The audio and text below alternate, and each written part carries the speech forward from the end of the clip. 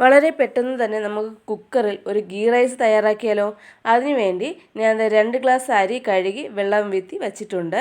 ഒരു അരമണിക്കൂർ അങ്ങനെ വച്ചിരിക്കാം. അപ്പോൾ അതേ കുക്കറിനെ അടുപ്പിൽ വെച്ച് കുക്കർ ചൂടായി വന്നപ്പോൾ 2 സ്പൂൺ എണ്ണയും 1 സ്പൂൺ നെയ്യും വീത്തി ആദ്യം ഒരു സവാള ഒന്ന് നന്നായിട്ടൊന്ന് വറുത്തെടുക്കാം. അപ്പോൾ ഇത് നമ്മുടെ സവാള നന്നായിട്ടൊന്ന് മൂത്ത് കിട്ടിയിട്ടുണ്ട്. ഇതിലേക്ക് തന്നെ ഞാൻ കുറച്ച് മുന്തിരിയും കൂടെ ഇട്ട് ഒന്ന് മൂപ്പിച്ചെടുക്കുകയാണ്.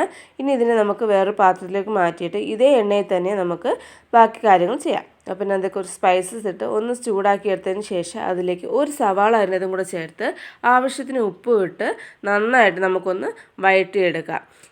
സവാള നന്നായിട്ടൊന്ന് വഴണ്ട് വന്നിട്ടുണ്ട്. അപ്പോൾ ഇനി ഇതിലേക്ക് നമ്മൾ കഴുകി ഊറ്റി വെച്ചിരിക്കുന്ന അരിയിട്ട് നന്നായിട്ടൊന്ന് ചൂടാക്കിയെടുക്കാം. കാരണം അരി ചൂടാക്കി ഇത്തിരി എടുക്കുമ്പോൾ നമ്മൾ വെന്ത് വരുന്ന സമയത്ത് ചോറ് ഒട്ടിപ്പിടിക്കത്തില്ല. അതിന് വേണ്ടിയിട്ടാണ് ജസ്റ്റ് ഒന്ന് അരി ഒന്ന് ചൂടാക്കി ഞാൻ എടുക്കുന്നത്.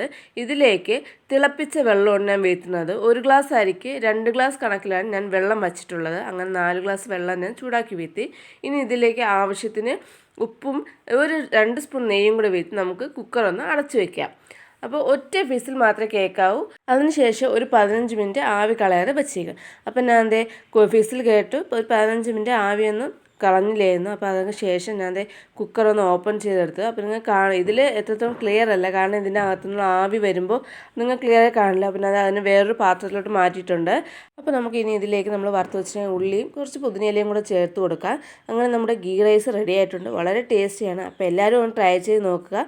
നിങ്ങളുടെ ഫീഡ്ബാക്കും കൂടെ എന്നെ ഒന്ന് അറിയിക്കുക. അപ്പോൾ അടുത്ത വീഡിയോ കാണാം. ബൈ.